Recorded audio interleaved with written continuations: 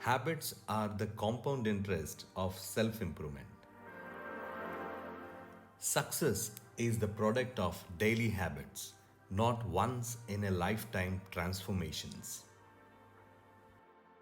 It does not matter how successful or unsuccessful you are right now. What matters is whether your habits are putting you on the path towards success. Habits are a double edged sword. Bad habits can cut you down just as easily as good habits can build you up. The more tasks you can handle without thinking, the more your brain is free to focus on other areas. Learning one new idea won't make you a genius, but a commitment to lifelong learning can be transformative. People reflect your behavior back to you. The more you help others, the more others want to help you. Breakthrough moments are often the result of many previous actions, which build up the potential required to unleash a major change. All big things come from small beginnings. Goals are about the results you want. Systems are about the processes that lead to those results. Small changes often appear to make no difference until you cross a critical threshold. The most powerful outcomes of any compounding process are delayed. You need to be patient. It often feels difficult to keep good habits going for more than a few days. Even with sincere effort and the occasional burst of motivation. There are three levels of behavior change: outcome change, process change, and identity change. Outcomes are about what you get, processes are about what you do, identity is about what you believe. The most effective way to change your habits is to focus not on what you want to achieve, but on who you wish to become. Becoming the best version of yourself requires you to continuously edit your beliefs and to upgrade and expand your identity. The real reason habits matter is not because they can get you better results, but because they can change your beliefs about yourself. Changing our habits is challenging for two reasons. We try to change the wrong thing, and we try to change our habits in the wrong way. Many people begin the process of changing their habits by focusing on what they want to achieve. This leads us to outcome based habits. The alternative is to build identity based habits. With this approach, we start by focusing on who we wish to become. Behind every system of actions are a system of beliefs. Your identity emerges out of your habits. The more you repeat a behavior, the more you reinforce the identity associated with that behavior. It is a simple two-step process. Decide the type of person you want to be. Prove it to yourself with small wins. Behaviors followed by satisfying consequences tend to be repeated, and those that produce unpleasant consequences are less likely to be repeated. A habit is a behavior that has been repeated enough times to become automatic. The feedback loop behind all human behavior Try, fail, learn, try differently. With practice, the useless moments fade away and the useful actions get reinforced. That is a habit forming. Whenever you face a problem repeatedly, your brain begins to automate the process of solving it. Your habits are just a series of automatic solutions that solve the problems and stresses you face regularly. Habits are simply reliable solutions to recurring problems in our environment.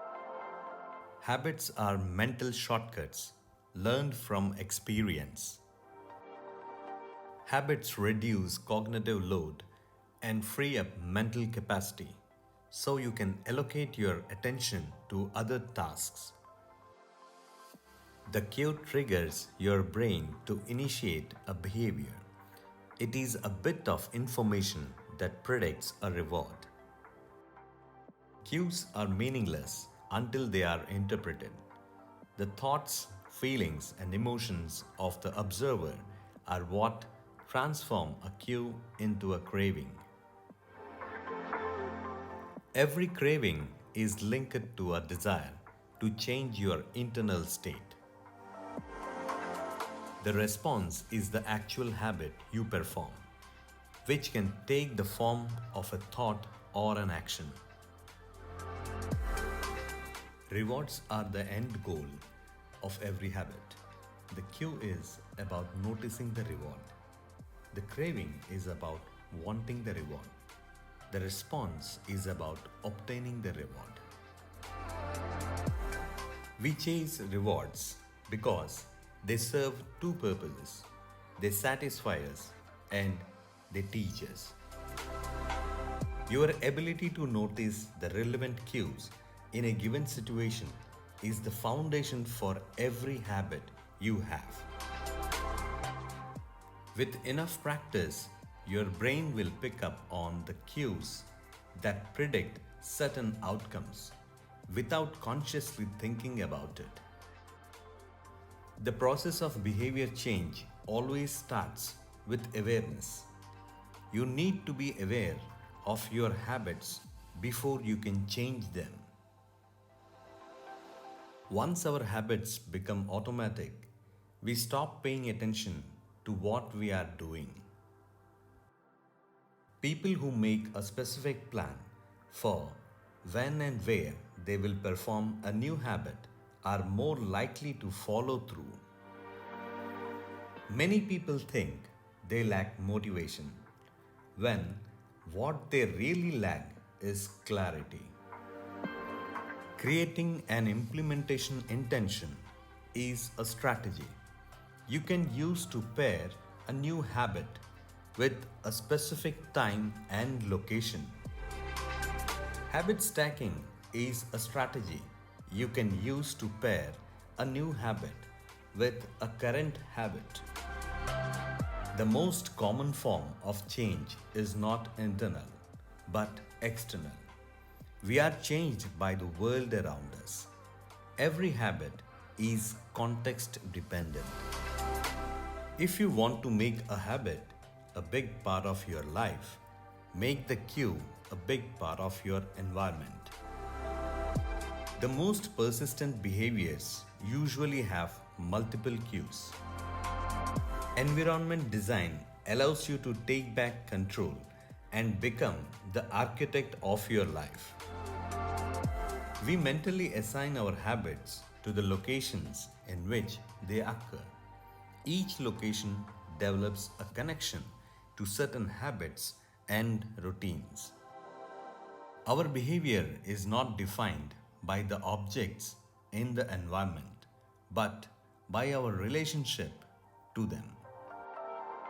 It is easier to associate a new habit with a new context than to build a new habit in the face of competing cues. When you cannot manage to get to an entirely new environment, redefine or rearrange your current one. Whenever possible, avoid mixing the context of one habit with another. When you start mixing contexts, you will start mixing habits, and the easier ones will usually win out. A stable environment where everything has a place and a purpose is an environment where habits can easily form. Small changes in context can lead to large changes in behavior over time. A habit that has been encoded in the mind is ready to be used whenever the relevant situation arises. Once a habit has been encoded, the urge to act follows whenever the environmental cues reappear. You can break a habit, but you are unlikely to forget it. People with high self control tend to spend less time in tempting situations. It is easier to avoid temptation than resist it. One of the most practical ways to eliminate a bad habit is to reduce exposure to the cue that causes it. Self control is a short term strategy, not a long term one.